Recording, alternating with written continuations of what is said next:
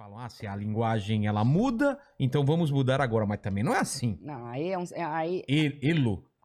Não, não aí é é ele carnaval. nem ela, é elo. Ah. Não é, não. menino nem menina, é menine. Menine. O nome disso é palhaçade. É, palhaçada. Meu filho, ele ia adorar essa linguagem, porque ele tá no sapo, o CIP, no LIV, o PIP e Kini. Ele já tá aprendendo linguagem neutra sem você saber, né? Tá vendo? ECP no LVP perqueneque. É um absurdo, é um absurdo. E eu não entendo, porque a linguagem, ela não é preconceituosa. Preconceituoso é quem usa a linguagem, né? A linguagem em si, ela é um instrumento, entendeu? Eu não consigo ver... E a gente tem várias palavras também que elas não designam, por exemplo, presidente, né? Presidente é para homem, para mulher, né? E qual que é? Por que nasce isso? Por que se faz um alarde?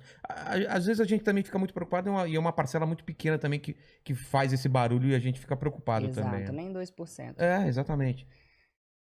Vamos lá. O dialeto não binário eu chamo de dialeto porque é um modo de falar, né, de um grupo específico, marginalizado, e isso que designa o que é um dialeto, né?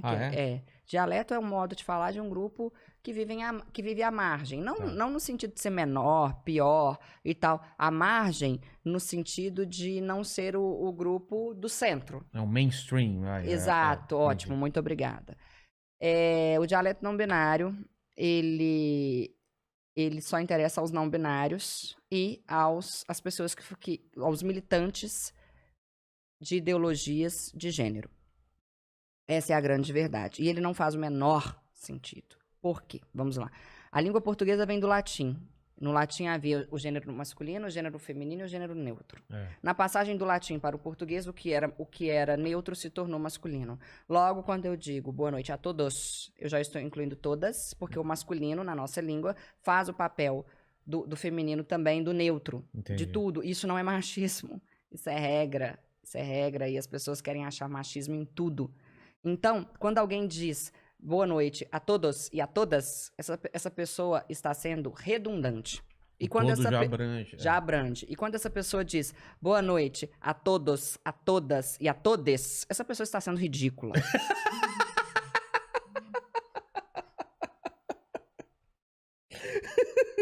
Com certeza. Ridícula.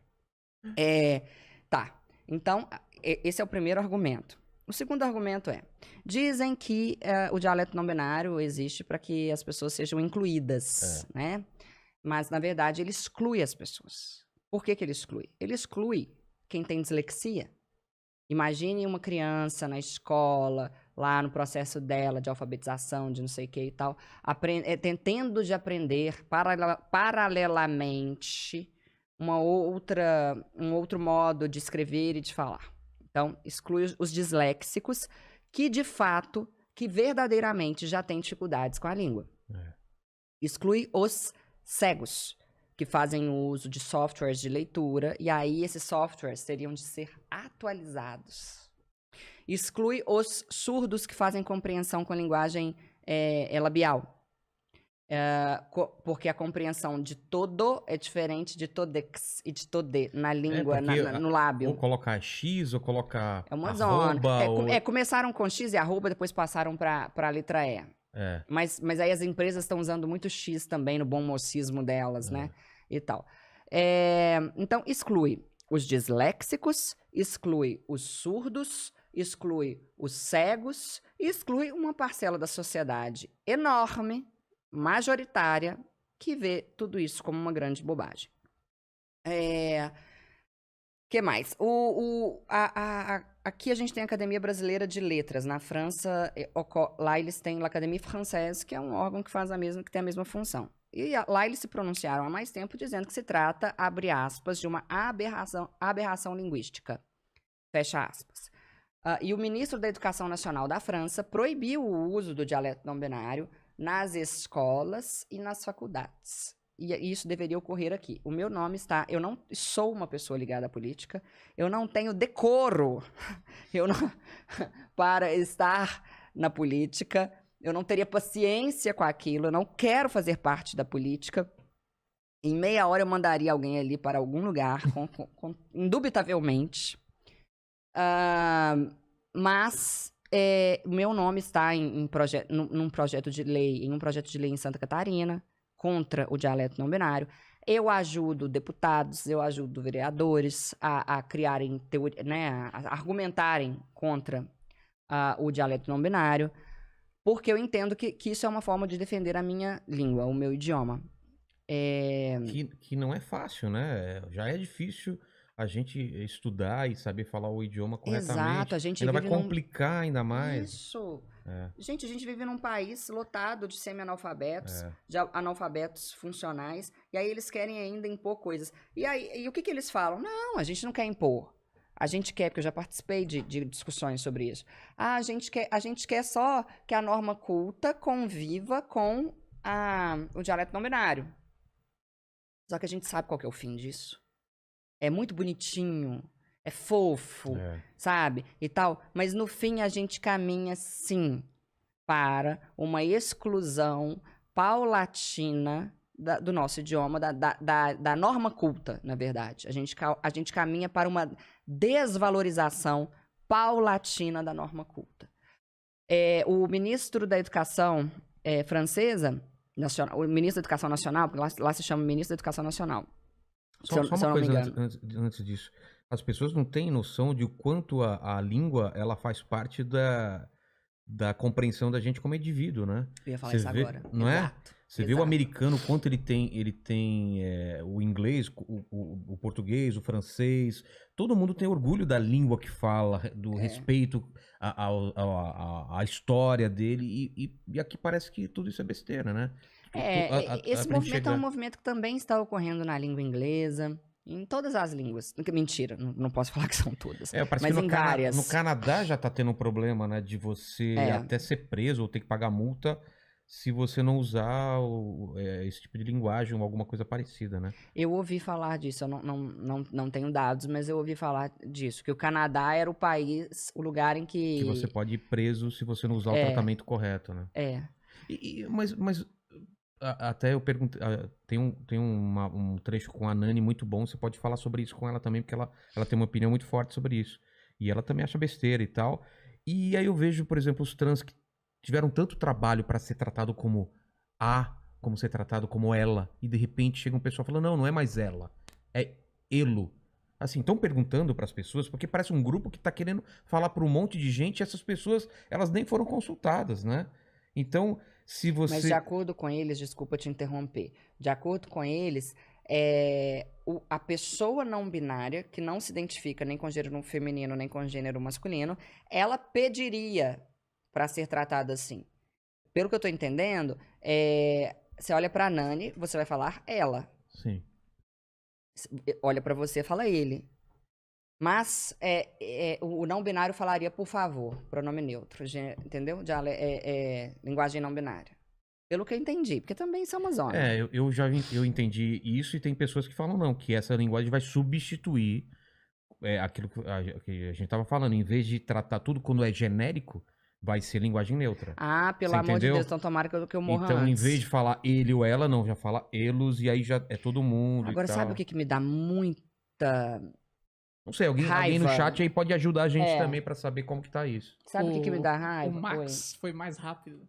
O que ele falou? Ele puxou uma matéria aqui, ó. Canadá aprovou uma lei que criminaliza o não uso de pronomes neutros para quem exigir ser tratado por eles. Sim, a gente falou isso em algum podcast aqui acho que, se não me engano, foi com o Rolandinho. Pode falar. Aí a chamada é aqui. Quando uma lei semelhante será aprovada no Brasil para obrigar pessoas a usar ele? Tomar banho. Então. Vai aprovar o tipo de lei, gente? Lei para alfabetização das pessoas. Olha só que interessante. Mas você ia falar alguma coisa sobre a França, eu te cortei, só para você não perder a linha.